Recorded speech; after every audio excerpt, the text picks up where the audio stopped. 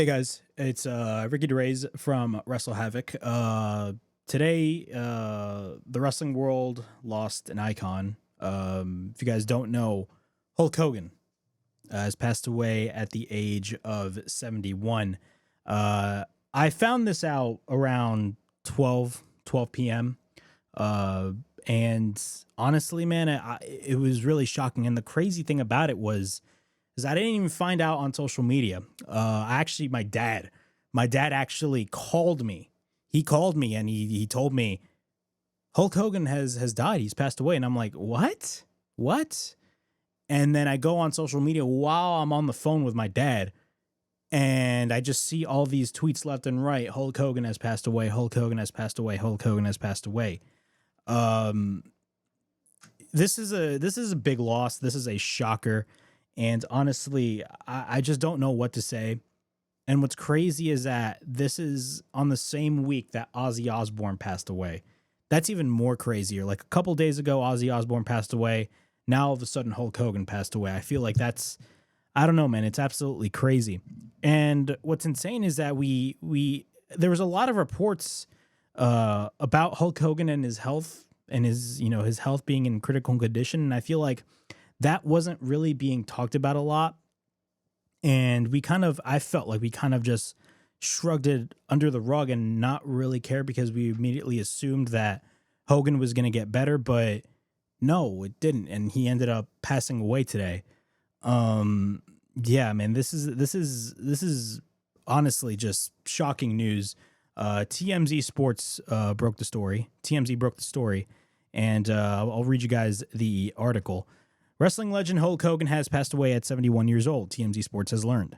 Medics were dispatched to the WWE icon's Clearwater, Florida home early Thursday morning, with operators stating that it was regarding quote-unquote a cardiac arrest. A video of the scene outside of Hogan's residence shows responders desperately trying to save his life as he was transported to an ambulance. In a clip, several paramedics appear to be conducting chest compressions as Hogan is wheeled to the emergency vehicle. Cops tell us officials responded to the call at 9:51 a.m., and Hogan was treated by Clearwater Fire and Rescue personnel before being taken to a nearby hospital. He was pronounced dead at the hospital. During a news conference Thursday afternoon, Clearwater Police Nate Burnside stated that Hulk has died at 11:17 a.m., before adding that there are no quote-unquote signs of foul play or suspicious activities. Just a few weeks ago, Hogan's wife Sky, whom he married in September of 2023, denied rumors that he was in a coma, stating that his heart was quote-unquote strong as he recovered from surgeries.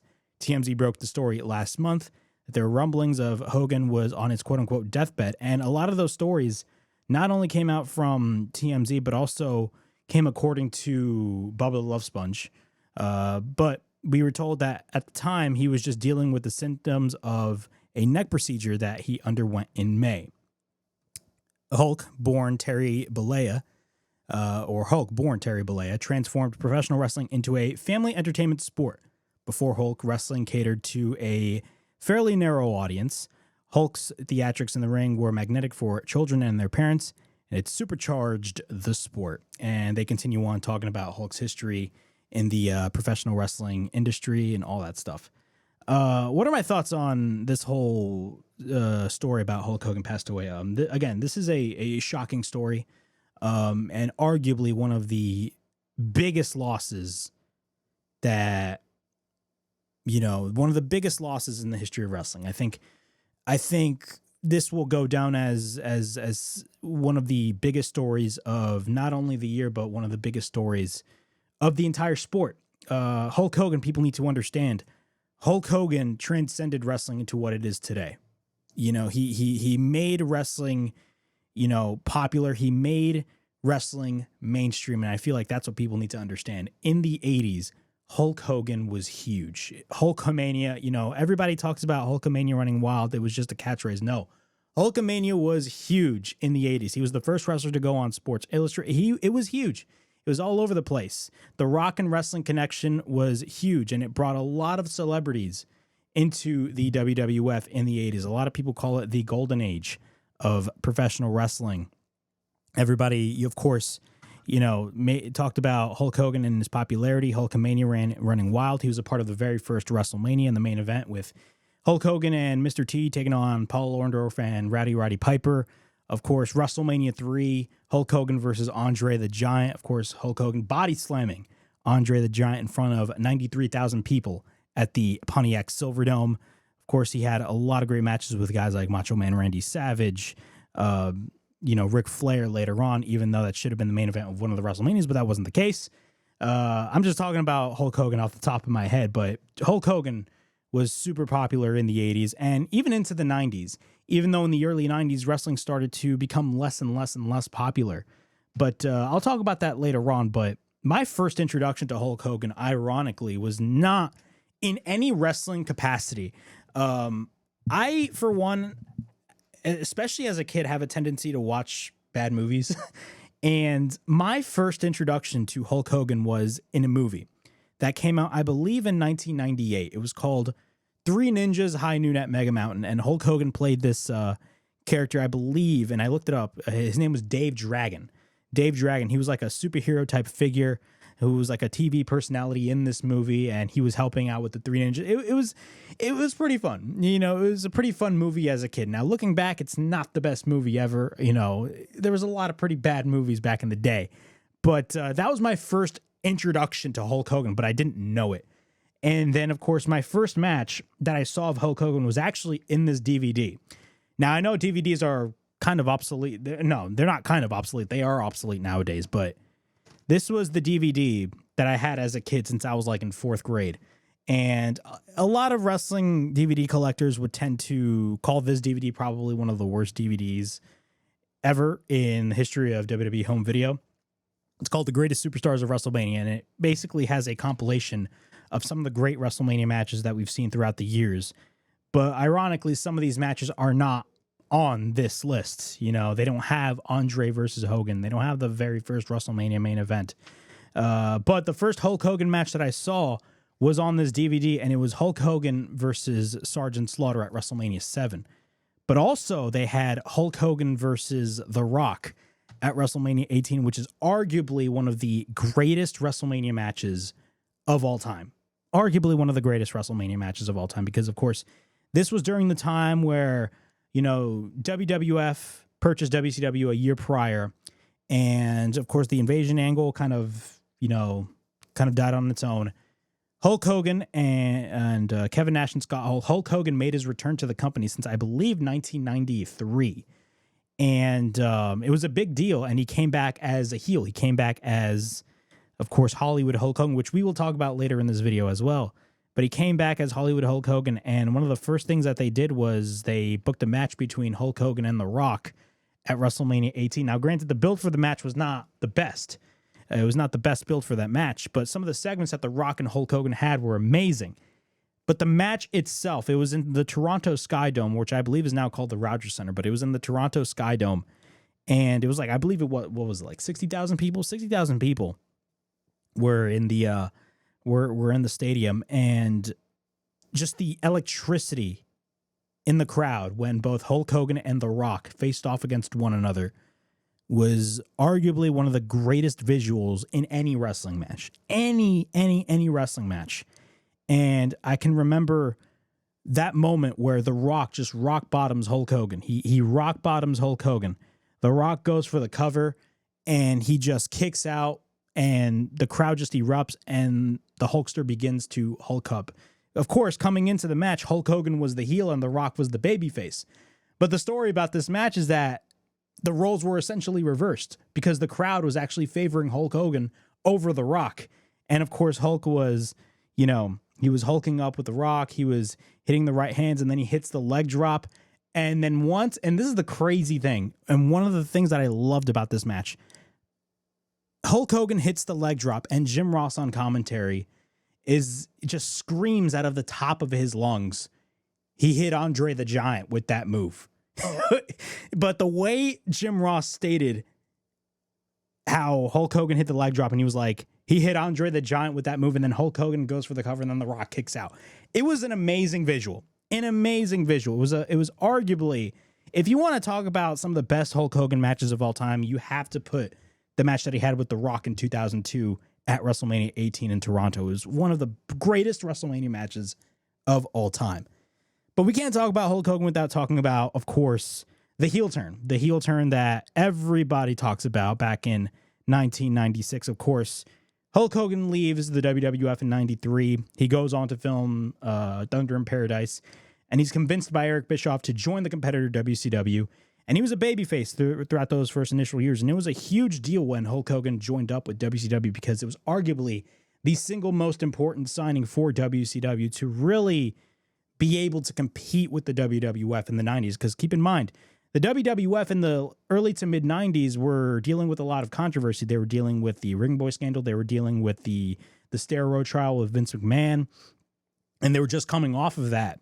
And what happened was Hulk Hogan joins up with WCW. And at this point, the WWF was in a vulnerable state. They were literally in a vulnerable state. And he goes and joins WCW. He has his match with Ric Flair. He wins the world championship. It was a big deal. And then throughout the first few years, Hogan was a babyface. But then it all changed in 1996, where, of course, Scott Hall shows up on Nitro. Then Kevin Nash shows up on Nitro. And they're teasing a third man, and they have a match at Bash at the Beach. We still do not know who that third man is. All of a sudden, Hulk Hogan comes out. He comes out in his red and yellow attire. And meanwhile, Bobby Heenan on commentary is like, whose side is he on? Whose side is he on? And essentially like spoiling the whole thing. But he comes in, he does this whole babyface shtick. If you guys don't know, wrestling fan, if you are a non-wrestling fan, a babyface is a good guy and a heel is a bad guy. He comes in and he ends up hitting the leg drop. A lot of people say it was the leg drop heard around the world. And then, of course, on commentary, famously, Bobby Heenan is like, Hulk Hogan has betrayed WCW. And then Hulk Hogan, of course, forms the New World Order, the NWO. Arguably, in my opinion, my favorite version of Hulk Hogan. I love red and yellow Hulk Hogan, but my favorite version of Hulk Hogan was the black and white Hollywood Hulk Hogan from the NWO. That was my favorite version of Hulk Hogan because, keep in mind, this was during a time where times were changing.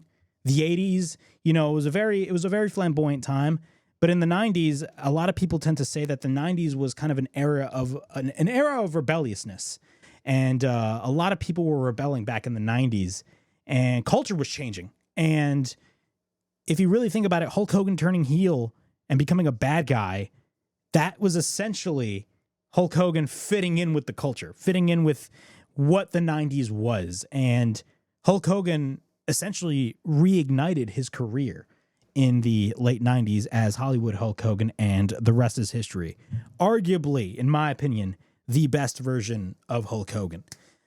So that was, in my opinion, one of the greatest runs of all time. Yes, Hulk Hogan has had some controversy, and I don't want to say he has had some controversy. It was a lot of controversy.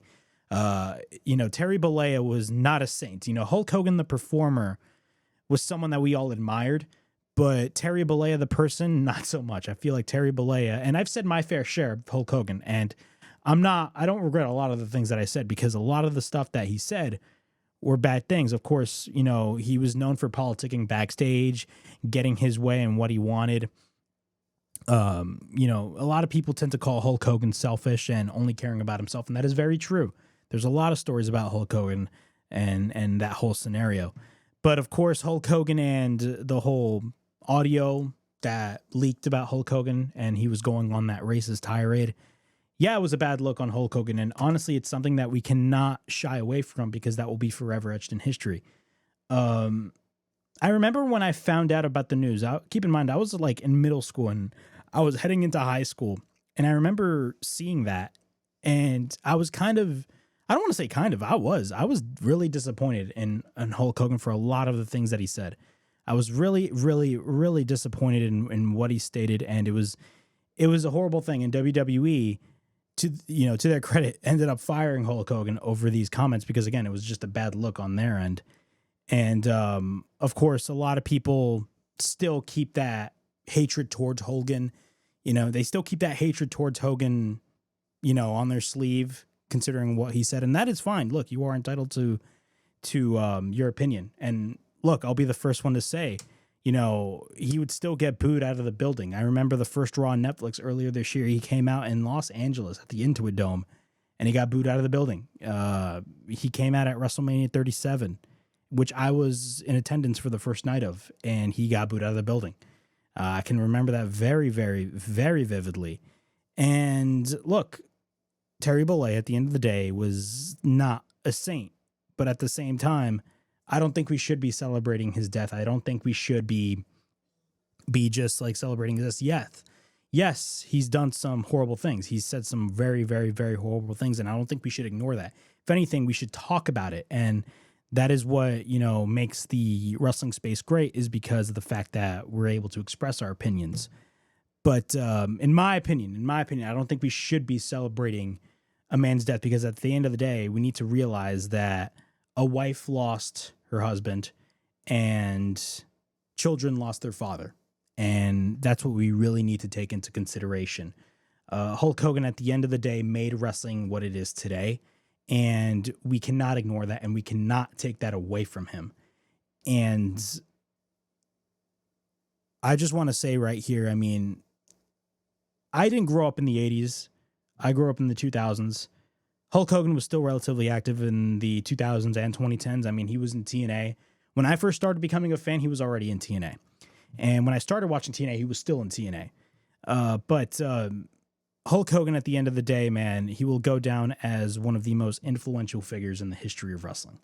He will go down as one of the most influential figures in the history of wrestling, and someone who transcended wrestling and made it what it is today. I know I've said that numerous times, but I say that because it is true. It is the truth. Hulk Hogan made wrestling popular. He made wrestling mainstream, and a lot of people wouldn't be watching wrestling if it wasn't for Hulk Hogan. I wouldn't be here if it wasn't for Hulk Hogan. A lot of people wouldn't have platforms if it wasn't for Hulk Hogan. Honestly, it's a big shocker. We lost an icon. That if there's anything that I can say about this whole story, is that we lost an icon, and he will be missed. He will be missed, and he will, be forever etched in our memories.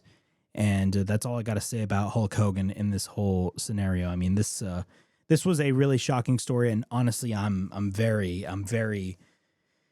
it was something that just came out of nowhere, and ironic. And I talked about this earlier in the video. We heard stories according to Bubba, and look, I'm not a fan of Bubba the Love Sponge. I think he's a horrible human being. That's just my opinion, though.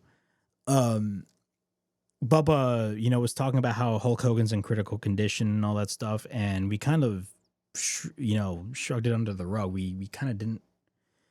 It was reported upon, but it wasn't like the top story. It was not like today where like Hulk Hogan's like the top story. Like it wasn't that. It was like one of like the more minor stories, even though it should have been a top story. But it's like a lot of us fans, we completely ignored it. And honestly, it's a shame to say that, especially looking back now, considering now Hulk is gone. It sucks. It's terrible. My prayers and condolences go out to his family. This is a horrible loss. This is a horrible loss. The wrestling industry lost an icon. It's not even just the wrestling industry. A lot of the mainstream media even picked this up because, again, Hulk Hogan was a mainstream figure. He was a mainstream figure, and he was an icon in not only the wrestling business, but the entirety of pop culture. And a lot of people talked about this. This reached news sites. This was all over the media. Say what you want about his political beliefs. Look, you have the right to your own political beliefs, but it is what it is. It's a big one. It's a big one, and Hulk Hogan lost. Hulk Hogan's passing is going to affect us all. It's going to affect us all. So, yeah, that was my video talking about Hulk Hogan. Rest in peace, Hulk Hogan. You will be missed. And as always, it is Flamin' Mercury Derays from Wrestle Havoc signing out. I'll see you guys all in the next video. Peace.